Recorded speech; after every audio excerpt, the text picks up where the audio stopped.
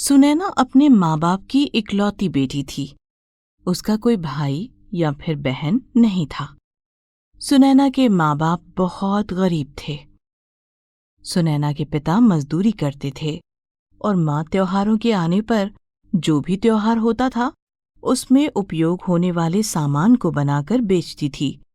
और उसका पिता भी त्योहारों पर मजदूरी का काम छोड़कर अपनी पत्नी के साथ ही काम करता था। जैसे दिवाली पर दिए बनाते थे, रक्षाबंधन पर राखियां बनाते थे, होली पर रंग बेचते थे, 15 अगस्त के लिए पतंगे बनाकर बेचते थे। और अब राखी आने वाली थी। मामा, अब तो राखी आने वाली है। तुम राखी कब से बनाना शुरू करोगी? अरे हाँ, मुझे तो याद ही नहीं रहा। कल ही राखी बनाने का सामान लेकर आती हूँ। उसकी माँ हर साल राखी पर राखी बनाने का काम करती थी और उसके पिताजी घर घर जाकर राखी बेचने का काम करते थे। सुनैना अभी छोटी थी।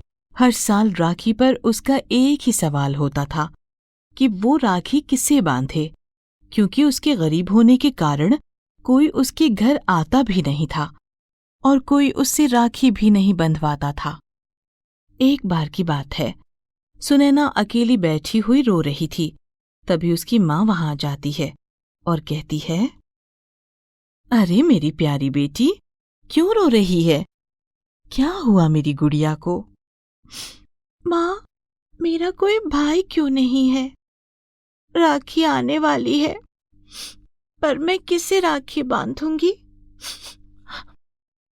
अरे मेरी बेटी, मैं इसमें क्या करूं? कहाँ से लाऊं तेरे लिए एक भाई? माँ, मेरी सारी सहेलियां राखी पर अच्छे कपड़े पहनती हैं, खूब अच्छे से तैयार होती हैं, और मेरे पास तो कुछ भी नहीं होता। ऐसा क्यों है माँ? बेटी, हम बहुत गरीब हैं। हमारे पास तो खाने के लिए भी पैसे बहुत मुश्किल से आते हैं, और तू अच्छे कपड़े की बात करती है। लेकिन बेटी, तू चिंता मत कर। इस बार मैं अपनी लाडो के लिए बहुत सुंदर कपड़े बनवाऊंगी।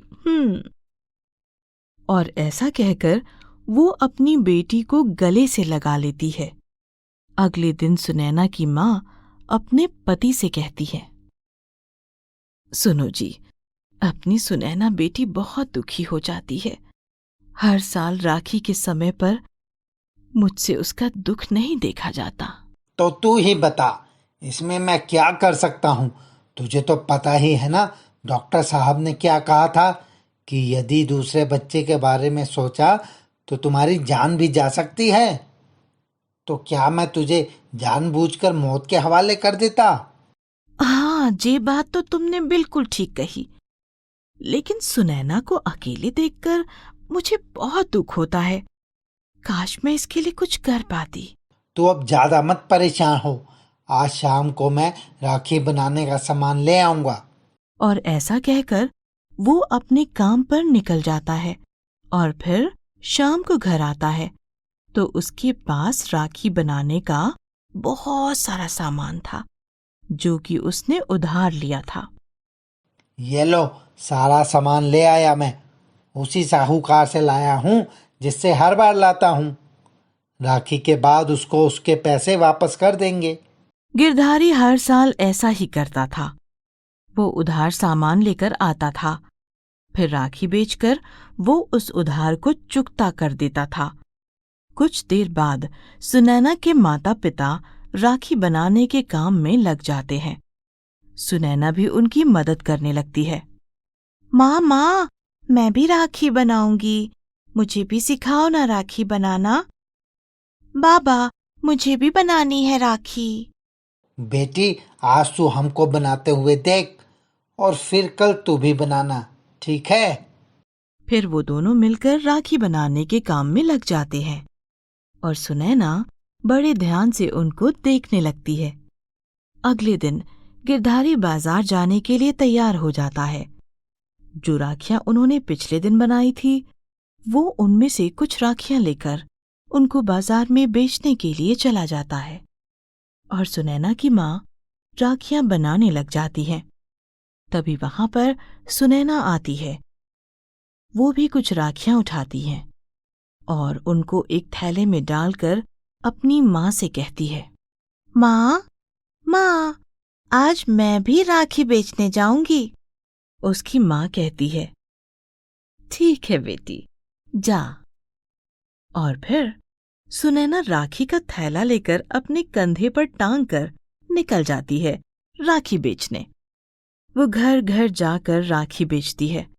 कुछ दूर चलते चलते वो एक जगह पहुंच जाती है जहां पर कुछ फौजी भाई बैठे हुए थे। सुनैना उनके पास जाती है और कहने लगती है, राखी ले लो भैया, गरीब बहन की राखी ले लो। देखो, मैंने अपने हाथों से बनाई है ये प्यारी प्यारी राखी, ले लो भैया। उसका मासूम सा चेहरा देखकर वो फौजी उसके पास आते हैं और कहते हैं, अरे हम ये राखियां खरीद कर क्या करेंगे? हमें कौन राखी बांधेगा?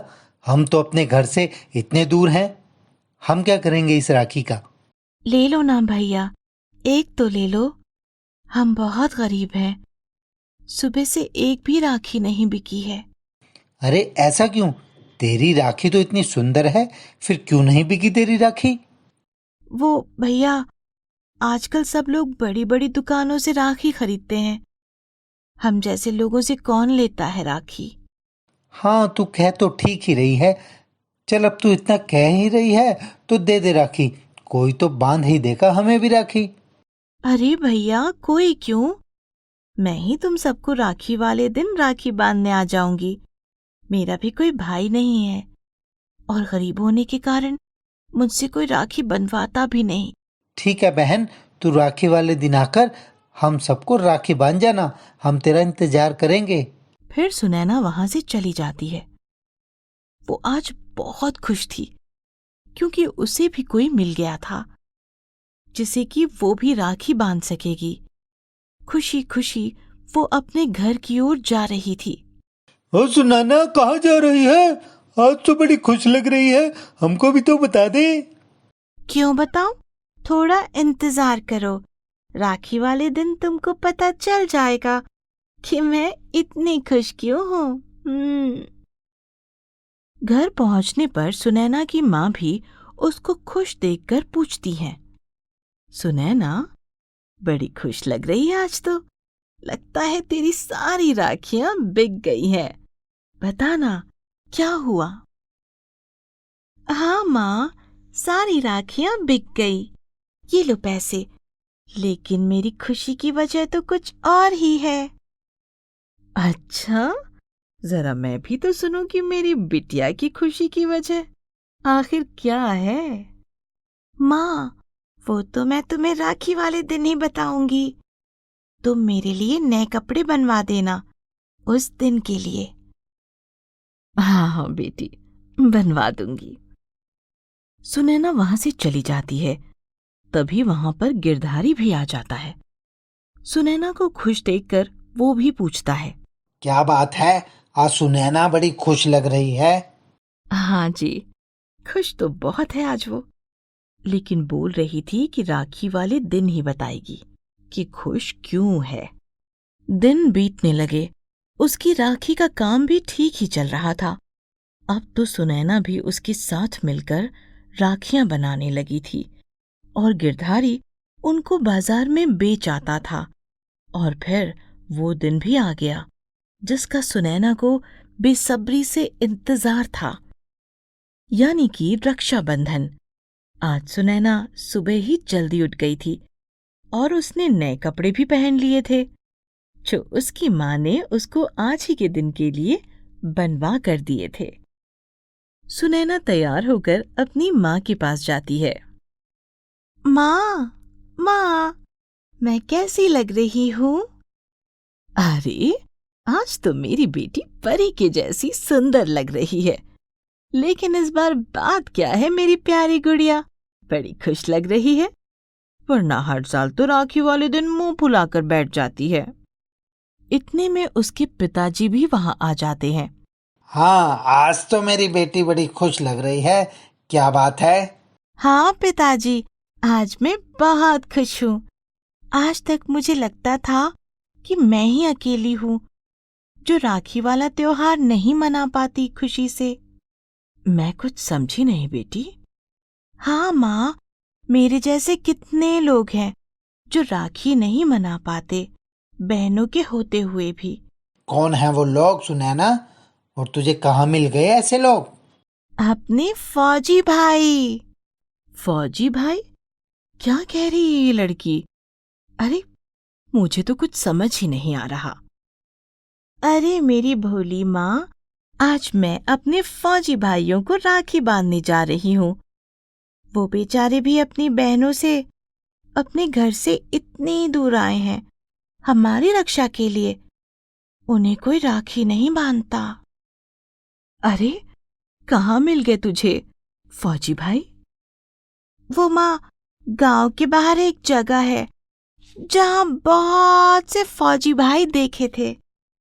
मैं जब राखी बेचने गई थी, उन लोगों ने मुझे अपनी अपनी बहन माना है और कहा है कि राखी पर मैं उन्हें राखी बांधूं। हाँ सुनैना की माँ, मैंने भी कुछ लोगों को बात करते हुए सुना था कि कुछ फौजी हमारे गांव में आए हुए हैं और वो 15 अगस्त तक हमारे गांव में ही रहेंगे। ठीक है बेटी, जा अच्छी अच्छी राखी लेकर जाना उनके लिए। और हाँ, ये ले कुछ पैसे, उनके लिए मिठाई भी खरीद लेना, ठीक है? सुनैना खुशी से नाचने लगती है। वो पहले बाजार से मिठाई लेती है और फिर अपने फौजी भाइयों से मिलने के लिए चल देती है। तभी रास्ते में उसको बंटू मिलता है। सुनैना, तू इस बार कहाँ जा रही है राखियां और मिठाई लेकर? तेरा तो कोई भाई भी नहीं है। बंटू, मेरे एक नहीं बहुत सारे भाई हैं। चल आज मैं तुझे उनसे मिलवाती हूँ। उसके बाद तुम सबका मुंह बंद हो जाएगा जो मुझे चिढ़ाते हो। सुनैना बंटू को अपने साथ लेकर जाने लगती है। फिर कुछ देर बाद उसी जगह पहुंच जाती है जहां पर कुछ फौजी बैठे हुए थे, लेकिन आज कोई नहीं दिख रहा था वहां पर। सुनैना उदास हो जाती है। वो बहुत देर तक इधर उधर देखती है, पर उसे कोई नहीं दिखता। कुछ देर बाद वो एक जगह बैठकर रोने लगती है और कहती है, मुझे पता था मुझ गरीब बहन से कौन राखी बंधवाएंगे, लेकिन मुझसे झूठ बोलने की क्या जरूरत थी फिर। बोल रही थी कि मेरे तो बहुत सारे भाई हैं, तेरे जैसी गरीब के आने से पहले ही सब भाग गए होंगे। मुझे पता है तू ये सब झूठ बोल रही है, भला तुझ गरीब से कौन राखी बंधवाएगा? नहीं बंटू, मैं झूठ नहीं बोल रही। और ऐसा कहकर वो एक जगह बैठकर रोने लगती है। सुनैना बहुत दुखी थी, क्योंकि वो बेचारी इसी दिन का तो बेसब्री से इंतजार कर रही थी। और आज वो दिन आया भी तो फिर उसी तरह जैसा कि हर साल उसका जाता था, राखी वाले दिन। सुनैना वहीं बैठे रोए जा रही थी। कुछ देर बाद उसके फौजी भाई उसके सामने आते हैं और जोर जोर से हंसने लगते हैं। अरे रो क्यों रही है पगली, हम तो यहीं थे, बस तुझे थोड़ा सा परेशान कर रहे थे। उन सबको देखकर सुनैना के उदास चेहरे पर फिर से मुस्कान आ जाती है। भैया, आप बड़े खराब हो। कोई अपनी बहन को रुलाता है क्या? हमें माफ कर दे बहन, चल जल्दी से राखी बांध दे। बहुत सालों बाद हम भी आज राखी मनाएंगे, वो भी अपनी इस प्यारी सी बहन के साथ। फिर सुनैना एक एक करके सबको राखी बांध देती है। सब लोग सुंदर सुंदर राखी को देखकर बहुत खुश होते हैं। सुनैना भी बहुत सालों बाद इतनी खुश लग रही थी। देखा बंटू, मैंने कहा था ना, मेरे बहुत सारे भाई हैं। ये देख। बंटू अपने कहे पर बहुत शर्मिंदा था। वो सुनैना से माफी मांगता है और उसे दोबारा कभी तंग ना करने का वचन देता है। आज सुनैना का सपना पूरा हो गया था। वो राखी का त्योहार मनाना चाहती थी, और अपने भाई के हाथ में राखी बांधना चाहती थी। और आज किस्मत का ऐसा चक्र चला कि सुनैना ने एक नहीं, इतने सारे भाइयों के हाथों में राखी बांधी। इस तरह एक गरीब बहन की राखी बांधने की इच्छा पूरी हुई। सुनैना खुशी खुशी अपने घर की तरफ जा रही थी।